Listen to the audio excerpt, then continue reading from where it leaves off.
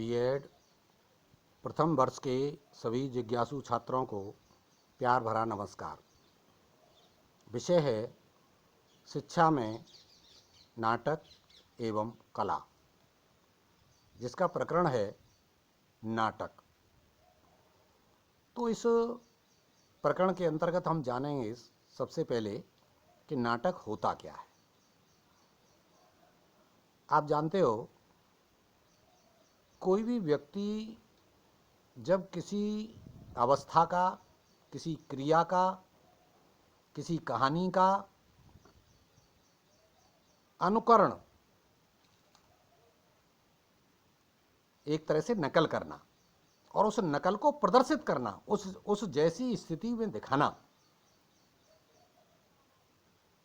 उसको नाटक कहते हैं। एक सामान्य भाषा में आपने देखा होगा, जब कोई बालक किसी ऐसी स्थिति को उत्पन्न करता है जो पहले घटित हो चुकी हो या वर्तमान स्थिति में घटित होने वाली हो या आगे फ्यूचर के लिए हो सकती हो, और वो इस तरह का करता है, तो हम और आप कहते हैं कि क्यों नाटक कर रहा है। इसका मतलब किसी की नकल करना, जो चीज़ नहीं है उसे भी प्रदर्शित करना, उसको कहते हैं नाटक करना। तो यहाँ हम नाटक क्या है उस संबंध में उसका कंसेप्ट अध्ययन करेंगे कि नाटक का जो कंसेप्ट है वो क्या है। देखिए, नाटक एक ऐसी विधा है जिसमें कहानी को मंच पर प्रस्तुत किया जाता है। देखिए, हर विषय वस्तु में कोई कहानी होती है और उस कहानी को मंच पर जब प्रदर्शित किया जाता है, उसकी क्रिया की जाती है, उस कहानी को दिखाया जाता है, तो इस प्रकार के मंच पर जब उस प्रक्रिया चलती है तो ऐसी विधा को नाटक कहते हैं। नाटक में सीधा साधा अनुकरण होता है। अनुकरण मतलब पीछा करना, नकल करना, किसी कहानी को दोहराना। जैसे राजा हरिश्चंद्र की कहानी को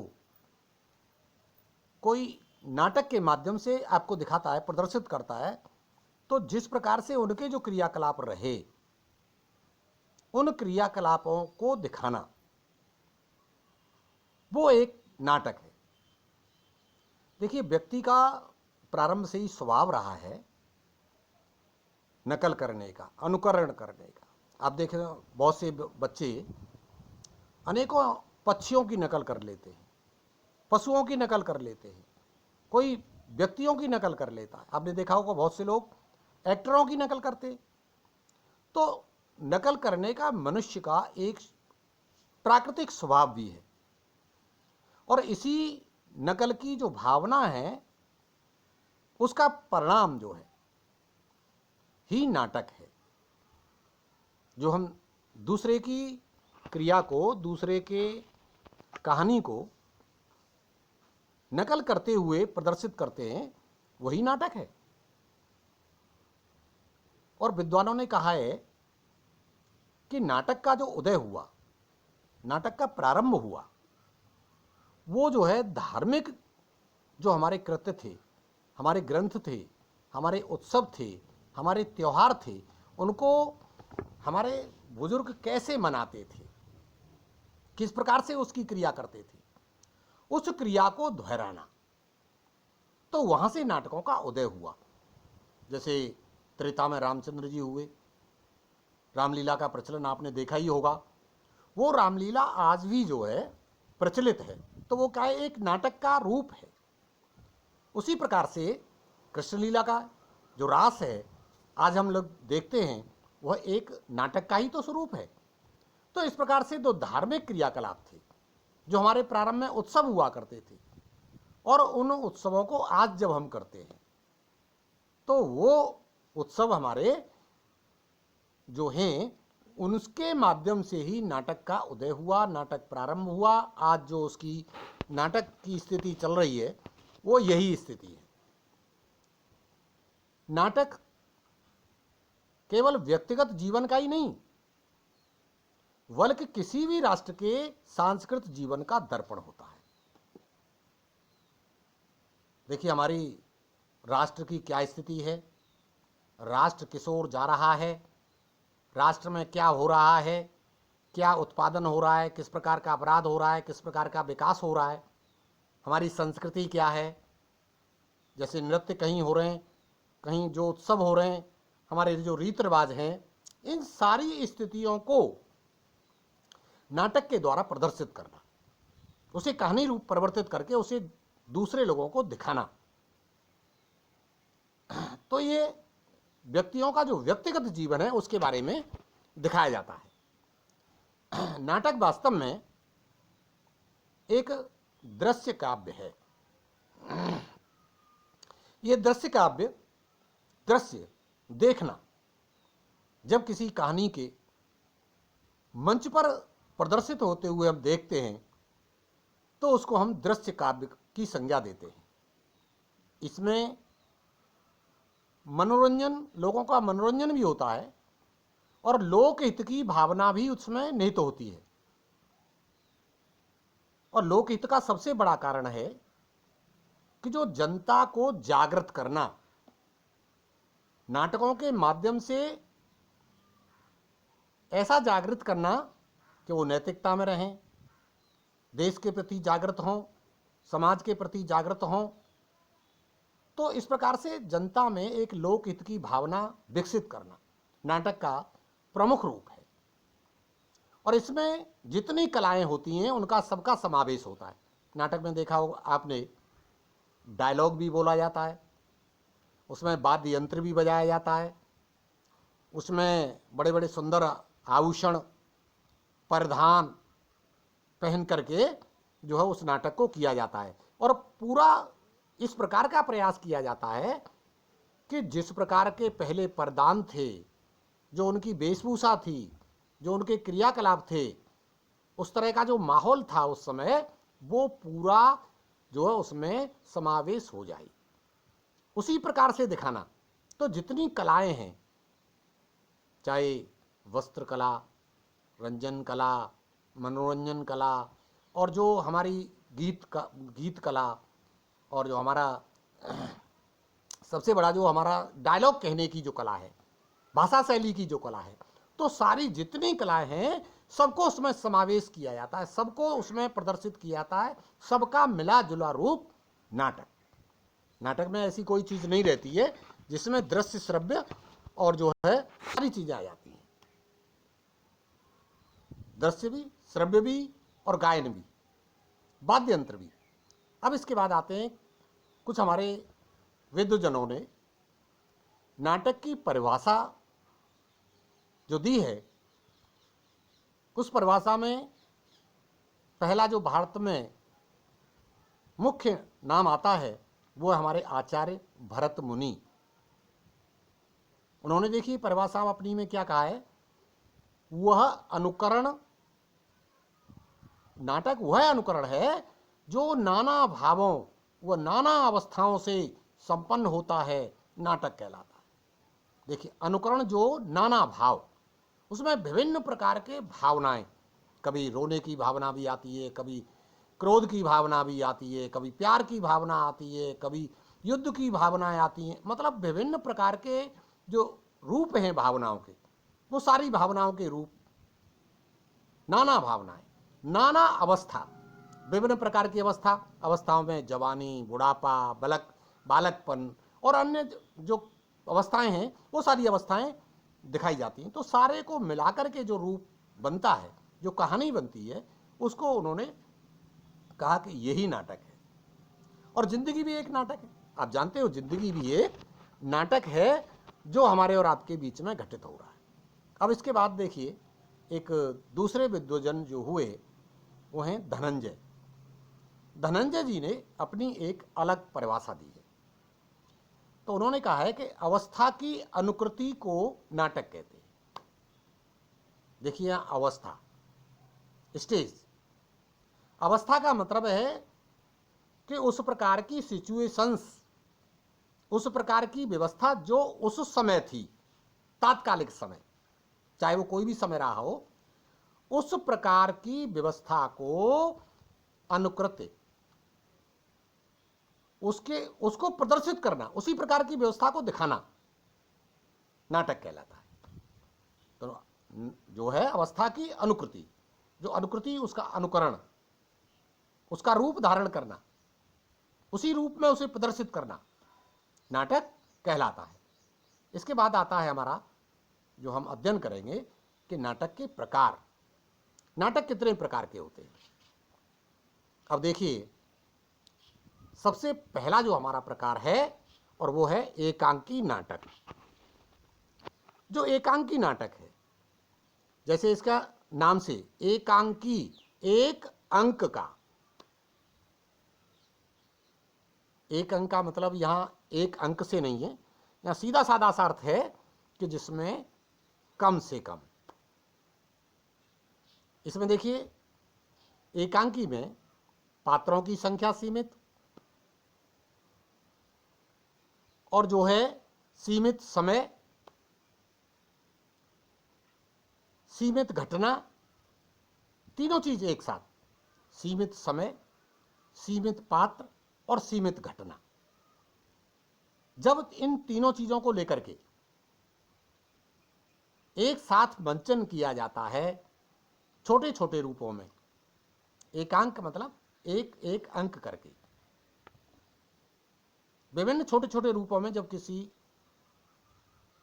घटना को प्रदर्शित किया जाता है, तो इस प्रकार के नाटक को उन्होंने कहा एकांकी नाटक, जिसमें ज्यादा लंबे समय तक नाटक नहीं, कम समय में ही कम पात्रों के माध्यम से ही उस घटना का पूरा वर्णन कर देना, पूरा मंच पर प्रदर्शित कर देना, एकांकी नाटक कहलाता है। इसके बाद दूसरा जो नाटक आता है हमारा, वो है एकाभिनय। अब देखिए, जैसा इसके नाम से है, एकाभिनय नाटक, एक अभिनय नाटक। एकाभिनय का मतलब एक अभिनय। अब इसमें देखिए, जैसा इसके नाम से जो स्पष्ट है कि ये नाटक एक ही व्यक्ति के द्वारा मंचन किया जाता है। पूरी कहानी को एक ही व्यक्ति के द्वारा प्रदर्शित किया जाता है और सारी अवस्थाएं, सारी प्रक्रियाएं, सारी कलाएं उस एक ही व्यक्ति के द्वारा मंच पर प्रदर्शित की जाती है, भिन्न भिन्न पात्रों के द्वारा नहीं, केवल एक सिंगल कैंडिडेट, एक ही पात्र के द्वारा जब पूरा नाटक मंचित किया जाता है, तो इस प्रकार के नाटक को एकाभिनय नाटक कहते हैं। एक ही व्यक्ति के द्वारा पूरा अभिनय कर देना, तो इस प्रकार के नाटक को जो है एकाभिनय नाटक कहा जाता है। इसके बाद देखिए, जो अगला बिंदु हमारा आता है मूक अभिनय नाटक। अब देखिए, इसके नाम से ही आप स्पष्ट समझ रहे होंगे, मूक अभिनय। मूक का मतलब एक तरह से गूंगा होता है, लेकिन यहां क्या, बिना बोले हुए, देखिए किसी कहानी को बिना बोले हुए हाव भावों के द्वारा, जो आपके हाव भाव हैं, दिखा देना, प्रदर्शित कर देना मंच पर, जिससे लोग उसके प्रदर्शन से पूरी कहानी का सार समझ जाएं कि इसके कहने का तात्पर्य क्या है। तो ऐसे नाटक को मूक अभिनय नाटक। इसमें डायलॉग मुंह से नहीं बोला जाएगा, सारी एक्टिविटी केवल शरीर के द्वारा, शरीर संचालन और हाव भाव, चेहरे की बनावट, चेहरे पर ही हाव भाव बनाना और कहानी को प्रदर्शित करना। तो इस प्रकार के नाटक को हम मूक अभिनय नाटक कहते हैं, जिसमें बिना बोले हुए ही पूरी कहानी को जो है एक संज्ञा दी जाती है। इसके बाद जो हमारा फोर्थ बिंदु जो आता है प्रकार का नाटक, वो है हमारा नुक्कड़ नाटक। अब देखिए, नुक्कड़ नाटक में आपने देखा होगा आजकल जितने प्रचार प्रसार हो रहा है किसी योजना का, किसी जो अन्य जो है पार्टी का, देखा होगा आपने राजनीतिक दल आजकल नुक्कड़ नाटकों का बहुत जो है प्रयोग करते हैं अपने प्रदर्शन में। नुक्कड़ नाटक के अंतर्गत इसका जो प्रदर्शन किया जाता है, छोटा सा एक मंच बना लिया किसी भी गली मोहल्ले में जाकर के, और वहां गली मोहल्ले में एक छोटा सा मंच बना करके लोग उसके चारों ओर इकट्ठा हो जाते हैं, कुछ बैठ जाते हैं, कुछ खड़े रहते हैं, और उस छोटे से मंच पर ही पात्रों के द्वारा किसी विशेष कहानी को, किसी विशेष विज्ञापन को, किसी विशेष अवस्था को वाद्य यंत्रों के द्वारा, शरीर के संचालन द्वारा, आभूषणों को सज्जित करते हुए उसमें मंच पर उस प्रक्रिया को दिखाना। नुक्कड़ नाटक इसीलिए कहा गया इसको कि ये गली मोहल्ले का जो स्थान होता है, छोटे छोटे स्थानों पर इसको किया जाता है। एक जो है कॉलोनी में मान लीजिए नाटक हुआ, थोड़ी देर, घंटे 2 घंटे 4 घंटे बाद दूसरी कॉलोनी में हुआ, 1 घंटे बाद तीसरी कॉलोनी में हुआ, तो इस तरह से छोटी छोटी कॉलोनियों में नाटक जब दिखाते जाते हैं तो ऐसे नाटकों को नुक्कड़ नाटक की संज्ञा दी गई है। नुक्कड़ का मतलब नुक्के पर, गली के कॉर्नर पर, इसलिए इसका नाम नुक्कड़ नाटक पड़ा। और इसमें जो सबसे बड़ी बात है, जो हमारे समाज की अवस्थाएं होती हैं, आप देखते हो ज्वलंत समस्याएं जो विशेष रूप से समाज में व्याप्त होती हैं, चाहे दहेज प्रथा है, बाल विवाह प्रथा है, अपराध हो रहा है, शराबबंदी है, नशे को दूर करने के लिए जागरण अभियान है, तो इन सारी चीज़ों को प्रदर्शित करते हुए, इनका हानि लाभ दिखाते हुए उस नुक्कड़ नाटक के माध्यम से उन समस्याओं को उठाना और पब्लिक को और सरकार को जागृत करना कि ये जो हमारे समाज की समस्याएं हैं उनको दूर किया जाए, इस तरह की समस्याएं नहीं होनी चाहिए, इससे बहुत ज़्यादा हमारे समाज को हानियां हैं। तो इस तरह के जो नाटक है वो हमारा जो आता है जो है नुक्कड़ नाटक के पक्ष में। अब इसके बाद जो अगला नाटक है 5वां, मंचीय नाटक। अब देखिए इसके लिए सबसे बड़ी बात, ये मंच पर प्रदर्शित किए जाने वाला नाटक है। आपने देखा होगा रासलीला या रामलीला जब होती है तो उसमें 3 ओर से पर्दे लगा देते हैं, पीछे से पर्दा लगा देते हैं, दोनों किनारों पर पर्दा लगा देते हैं, और सामने का स्थान खुला रखते हैं जहां पब्लिक बैठती है, जहां जनता बैठती है, आगे लोग बैठते हैं, और पीछे से ही एंट्री होती है पात्रों की। और उस स्थान पर जो मंच है हमारा, जो 3 ओर से पर्दों के माध्यम से बंद होता है, सामने उसके जनता जनार्दन देखने के लिए होता है, तो उसी मंच पर जब कोई कहानी प्रदर्शित की जाती है, इस प्रदर्शन में उस कहानी के जो पात्र होते हैं वो पात्र उसी प्रकार का परिधान पहनते हैं, उसी प्रकार का वस्त्र पहनते हैं, उसी प्रकार के आभूषण पहनते हैं, और उसी स्थिति में जिस समय जो कपड़े पहनने की व्यवस्था होती थी उसी प्रकार का रूप धारण करते हैं और वही प्रदर्शित करने का प्रयास करते हैं। और इसके अंतर्गत अच्छी प्रकाश की व्यवस्था भी की जाती है, संगीत की व्यवस्था की जाती है, वाद्य यंत्रों की व्यवस्था की जाती है, नाच गाने की भी व्यवस्था इसमें होती है। तो ये सारी स्थितियां इस मंचीय नाटक के अंतर्गत होती हैं। कला का ऐसा कोई रूप, चाहे गायन हो, वादन का हो, शरीर के अंगों के परिचालन का हो, डायलॉग बोलने का हो, हाव भाव कर प्रदर्शन करने का हो, किसी प्रकार की जो कला है वो सारी कलाएं इसके अंतर्गत मंच पर जो है प्रदर्शित जाती है। तो इस प्रकार से यहां हमने देखा कि जो नाटक है वो प्रमुख रूप से 5 प्रकार के नाटक हमने आपको बताए।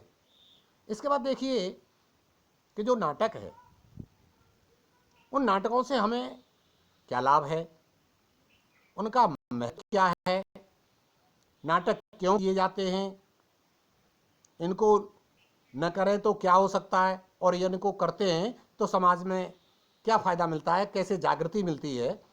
इस जागृति को जनता में लाने के लिए इनसे जो लोगों को बेनिफिट मिलता है, इनका जो इम्पोर्टेंस है, महत्व है, वो हम जानेंगे कि नाटक के गुण के जो है माध्यम से, कि नाटक में कौन कौन से गुण होते हैं जिसके कारण हम लोग उसको देखते हैं, उससे क्या बेनिफिट है, हमको लाभ क्या है। अगर हम इसका महत्व भी लिखेंगे तो नाटक के गुण के स्थान पर हम उसका ले लेते हैं नाटक का महत्व, तब भी हम इन्हीं बिंदुओं की चर्चा उसमें करेंगे। तो ये ध्यान रखने की बात है, नाटक के गुण ले लीजिए या उसका महत्व ले लीजिए, बात एक ही है। आवश्यकता यदि होती है तो आवश्यकता का लेकर के अगर हम शीर्षक लेकर के लिखते हैं तब भी उसमें वही चीज लिखी जाएंगी, क्योंकि जिस चीज की आवश्यकता है उस आवश्यकता को पूरा करने के लिए भी नाटक प्रदर्शित किया जाता है। अब यह आता है पहला गुण। देखिए, पहला है कि नाटक द्वारा भावनात्मक और मानसिक विकास होता है। देखिए, जब आप किसी भी कहानी को देखते हैं, यदि कोई सीधे सीधे आपको कहानी सुना दे तो शायद हो सकता है आपकी समझ में नहीं आए, लेकिन अगर करके दिखाए तो जरूर निश्चित रूप से वो कहानी आपको समझ में आती है। जैसे आप कोई पिक्चर देखते हैं, फिल्म देख रहे हैं और केवल फिल्म के डायलॉग देख रहे हैं, एक तरफ तो डायलॉग है चल रहा है और एक तरफ फिल्म का मंचन, फिल्म भी चल रही है, उसकी एक्टिविटी भी हो रही है, उसके डायलॉग भी चल रहे हैं, तो आप पसंद किसे करोगे? जहां फिल्म चल रही है, केवल डायलॉग को पसंद नहीं करोगे। तो मंचन से हम मानसिक रूप से ध्यान देते हैं उस अवस्था पर, तो हमारा मन का विकास, मानसिक जो हमारा स्तर है वो उच्च होता है। क्यों? कहानी हम याद करते हैं, मानसिक प्रेशर डालते हैं उसको समझने के लिए। और भावनात्मक, मान लीजिए नाटक जिस प्रकार का है, प्रेम भावना का है तो प्रेम के रूप की भावनाएं हमारे अंदर प्रदर्शित होती हैं, नैतिकता पर है तो नैतिक भावनाएं हमारे अंदर आती हैं, आध्यात्मिक है तो आध्यात्मिक भावनाएं हमारे अंदर जागृत होती हैं। तो जिस प्रकार का भी नाटक है उसी प्रकार की भावनाएं प्रदर्शित होती हैं और उन भावनाएं हमारे अंदर बढ़ती चली जाती हैं, ये स्थिति होती है। अब दूसरा जो इसका महत्व है, गुण है, वो है नाटक द्वारा छात्र महान पुरुषों के गुण सीखते हैं। देखिए, जितने पुराने महापुरुषों के जीवन के जो आदर्श महापुरुष हैं, उनके जो जीवन की कहानी है, उस जीवन की कहानी से हमको एक बहुत बड़ी शिक्षा मिलती है। केवल कहानी पढ़ लेना ही आवश्यक नहीं है, वो उनकी जो कहानी है उससे हमको क्या शिक्षा मिली वो हमें सीखना है, उनके आदर्श पर चलना है। जैसे राजा हरिश्चंद्र की कहानी है, तो उस पूरी कहानी को पढ़ने के बाद ये निष्कर्ष निकलता है कि राजा हरिश्चंद्र ने सत्य पर चलने के लिए पूरा जीवन अर्पण कर दिया और ढेर सारे कष्ट सहे। तो हम भी, कहने का तात्पर्य, उससे सीख लेते हैं कि चाहे कितनी भी विषम परिस्थितियां हों, हमें झूठ नहीं बोलना चाहिए, हमें सत्य का अनुकरण करना चाहिए। अब तीसरा बिंदु जो आता है हमारा, नाटक द्वारा छात्रों में कलात्मक रुचि बढ़ती है। देखिए, मैं समझता हूं किसी व्यक्ति ने फिल्म नहीं देखी तो उसका मन कभी भी फिल्म का कलाकार बनने का मन नहीं करेगा, और जिस व्यक्ति ने फिल्म देखी हो तो बड़ा उत्सुक रहता है कि क्या मैं भी कलाकार बन सकता हूं। उसके अंदर ये भावना आती है, उसकी रुचि, इंटरेस्ट आना लगता है, तो उस तरफ उसकी जो भावनाएं जाती हैं, उससे ये प्रदर्शित होता है कि इस फिल्म के द्वारा जो है, जो कलात्मक रुचि है, कला की तरफ, चाहे वो भाषा शैली की कला हो, एक्टिंग करने की कला हो, या अन्य कोई कला हो, वाद्य यंत्रों की कला हो, आभूषण पहनने की कला हो, तो उसमें इंटरेस्ट आने लगता है। भाई जब आप देखते हैं तो निश्चित एक रुचि आएगी, तो छात्रों में कला के प्रति रुझान बढ़ता है। अब इसके बाद आता है जो अगला बिंदु है, कल्पना शक्ति का विकास होता है। देखिए, आप कोई भी जब नाटक देखते हैं तो नाटक जिस अवस्था में चल रहा है, कहानी जिस स्टेज पर चल रही है, हर समय ये कल्पना आप करते रहते हैं, अब क्या होना है, अब क्या होना है, अब ये हो सकता है, अब ये हो सकता है, इसमें ये होगा, उसमें ये होगा, तो आप अपनी कल्पनाएं करते हुए चले जाते हैं। तो ये धीरे जब आप कल्पना करते हैं तो आपकी जो कल्पना शक्ति है उसमें विकास होने लगता है, वो बढ़ने लगती है। तो आपकी जो कल्पना शक्ति है वो जो है विस्तार से आगे बढ़ जाती है। नेक्स्ट बिंदु जो आगे आता है आपका, वो है सहयोग की भावना पैदा होना। देखिए, जो जो भी नाटक आपके सामने प्रदर्शित हो रहा है, उसमें आप देखते हैं कि एक दूसरे का सहयोग किया जा रहा है, एक दूसरे की भावनाओं का हित किया जा रहा है, और उस हित के साथ जब हम लोग देखते हैं तो हमारे अंदर ये भावना पैदा होती है कि हमें भी सहयोग करना चाहिए। अगर किसी को कोई कष्ट है तो यदि हम उसका सहयोग कर देते हैं तो हमको भी प्रसन्नता होती है। तो व्यक्ति को जो सहयोग की भावना है वो उसके अंदर प्रदर्शित होती है और भावना बढ़ने लगती है, हम जो है सहयोग की ओर अग्रसर हो जाते हैं।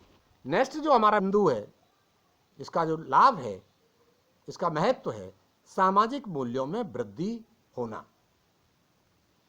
अब देखिए, हमारे जो सामाजिक मूल्य हैं, सामाजिक मूल्यों में आपका नैतिक मूल्य है, बड़ों का सम्मान करना है, और हमारा जो आध्यात्मिक मूल्य है, हमारा धार्मिक मूल्य है, तो ये सारे मूल्य जो है हमारे सामाजिक मूल्यों के अंतर्गत आते हैं। समाज में अपनी मूल्य वृद्धि करना, समाज में अपनी वैल्यू करना, समाज में अपनी छवि बढ़ाना, ये सारी चीज आती हैं सामाजिक मूल्यों में। तो जब आप किसी नाटक को देखते हो तो आपके मन में भी ये भावना उत्पन्न होती होगी कि हम भी अगर कोई ऐसा कृत्य,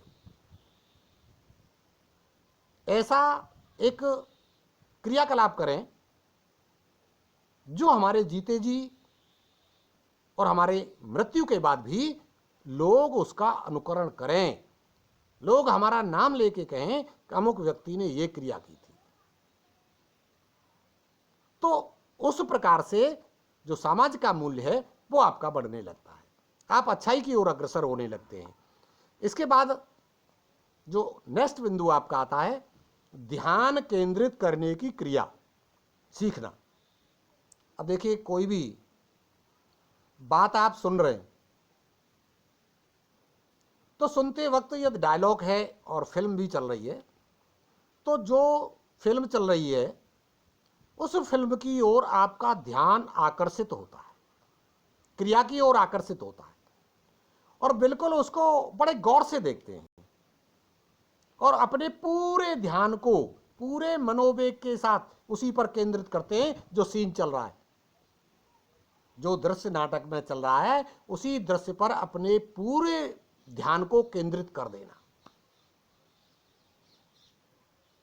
अगर आप कोई बच्चा भी बगल में आ जाता है, कभी कभी आपने देखा हुआ, सुनने दे, डायलॉग नहीं सुनने दे रहा है, तो इस तरह की आवाज आपके मुंह से निकलती है, क्योंकि आप वहां पूरा ध्यान केंद्रित करके उस बात को सुनते हैं। यह चीज आपको ध्यान रखने की आवश्यकता है। तो इससे जब नाटक देखते हैं हम लोग तो हमारे ध्यान केंद्रित करने की जो क्रिया है वो जो है केंद्रित होती है, वो क्रिया बढ़ती है। ध्यान केंद्रित करने की जितनी शक्ति हमारे अंदर है वो शक्ति बढ़ने लगती है। तो निश्चित रूप से ध्यान जो है हमारा एक मन से एकाग्र होकर के उस क्रिया को देखता है। इसके बाद आता है आपका 8वां बिंदु, छात्र नाटक द्वारा खेल खेल में अधिगम कर लेते हैं, जो स्थायी होता है। आपने देखो, एक बात ध्यान से सुनना, आपने कोई सिद्धांत पढ़ा और उस सिद्धांत को पढ़ करके आपने छोड़ दिया, प्रैक्टिकल नहीं किया उसका, तो आप उस ज्ञान को भूल जाएंगे, सिद्धांत को। लेकिन उसी सिद्धांत को यदि आप प्रैक्टिकली कर लेते हो, प्रयोग रूप में कर लेते हो, तो प्रयोग रूप में किया हुआ कार्य आपको एक लंबे समय तक याद रहता है और वो स्थायी ज्ञान हो जाता है, स्थायी रूप से आप उसे सीख जाते हैं। तो नाटक के द्वारा उस कहानी को,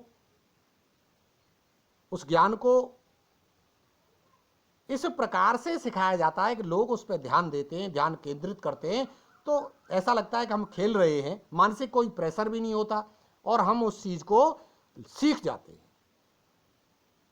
और जब नाटक के द्वारा किसी चीज को सीखते हैं तो वो एक लंबे समय तक हमें याद रहता है, और लंबे समय तक याद रहता है तो वो स्थायी ज्ञान हो जाता है। तो इस प्रकार से जो नाटक है हमारा, ये सारी चीजें जो है आपने अभी देखा कि यहां हमने बताया आपको कि नाटक क्या होता है, नाटक के कितने प्रकार हैं। 5 प्रकार हमने आपको नाटक के बताए।